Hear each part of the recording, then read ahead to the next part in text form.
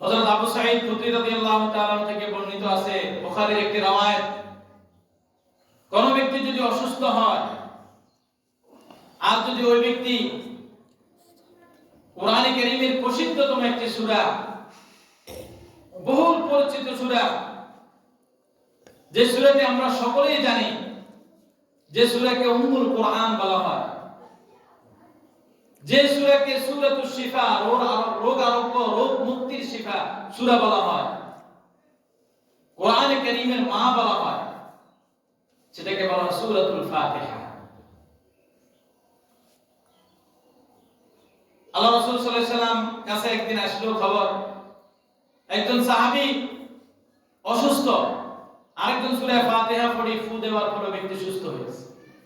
আল্লাহ রাসূল সাল্লাল্লাহু আলাইহি সাল্লামের কাছে যখন এই খবর পৌঁছলো, আল্লাহ রাসূল সাল্লাল্লাহু আলাইহি সাল্লাম বললেন, মা আদরিকা রুকাইয়া, তুমি কোথায় এই রুকাইয়াটি শিখছো?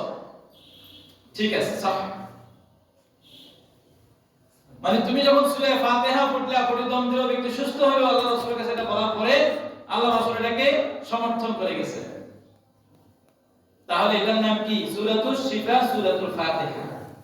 কোন ব্যক্তি অসুস্থ, সূরা ফাতিহার ভিতরে 7টা আয়াত আছে, বিসমিল্লাহ সহ যদি কোন ব্যক্তি এই 7টা আয়াতকে পড়ে, চোখ ব্যথা করতেছে, 7 বার পড়বে অথবা প্রত্যেকটা আয়াত পড়ে দম নেবে, আলহামদুলিল্লাহি রাব্বিল আলামিন, আর রহমানির রহিম, মালিক ইয়াউমিদ্দিন,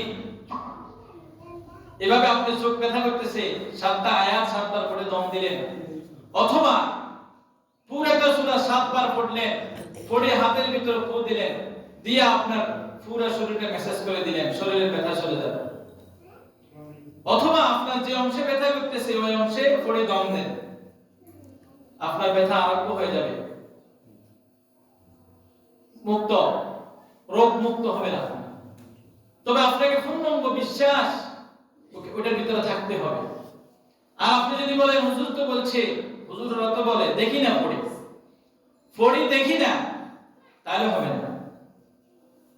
আপনি পূর্ণাঙ্গ আত্মবিশ্বাস নিয়ে বলেন যে আল্লাহ কোরআনকে শিফার জন্য নাযিল করেছেন, রোগ আরোগ্যের জন্য নাযিল করেছেন। এই রোগটা দুই ধরনের, আধ্যাত্মিক রোগ, শারীরিক রোগ, মানসিক রোগ, আরেকটা হলো ধর্মীয়গত আত্মবিশ্বাসের রোগ, মানে ইসলামকে মেনে চলা পূর্ণাঙ্গ। যত রোগ আছে সব রোগ থেকে আপনি মুক্ত থাকবেন, যত ব্যাধি আছে, যত খ্রিস্টানি মিশনারি আছে, ইসকন মিশনারি আছে, সবগুলো থেকে আপনি মুক্ত থাকবেন। ওটা হলো ঈমানের বিষয়, আর এটা হলো শারীরিক মানসিক এসব অসুস্থতার জন্য। আয়েশা থেকে রওয়ায়াত আছে, বুখারী রওয়ায়াতে আসছে, আয়েশা থেকে বর্ণিত, আল্লাহ রাসূল সাল্লাল্লাহু আলাইহি ওয়াসাল্লাম যখনই কোনো অসুস্থতা বোধ করতেন বা কোনো সাহাবায়ে কেরাম কোনো অসুস্থতা বোধ করতেন, তিনাদেরকে আল্লাহ রাসূল সাল্লাল্লাহু আলাইহি ওয়াসাল্লাম সূরাতুল মুআওয়াযাতাইন, যে সূরাগুলো বহুল প্রচলিত এবং পরিচিত আমাদের মাঝে, আমরা জানি যে সূরা হলো সূরাতুল ফালাক এবং সূরাতুন নাস। কোন ব্যক্তি যদি সূরাতুল ফালাক এবং সূরাতুন নাস পড়ে, তার যে কোনো অসুস্থতার কারণে হাতের ভিতরে ফু দিয়ে পুরো শরীর অথবা যে অংশে অসুবিধা ফু দেয়, আল্লাহ পাক রব্বুল আলামিন তাকে রোগ থেকে মুক্তি দান করবেন। আর আল্লাহ রাসূলকে যে সিহর করেছিলেন, জাদু করেছিলেন, ওই জাদু থেকে আল্লাহ পাক রব্বুল আলামিন এই সূরাগুলোর মাধ্যমে নাযিল করে আল্লাহ রাসূলকে মুক্তি করছেন। এজন্য দুটো সূরাকে মুআওয়াযাতাইন বলা হয়।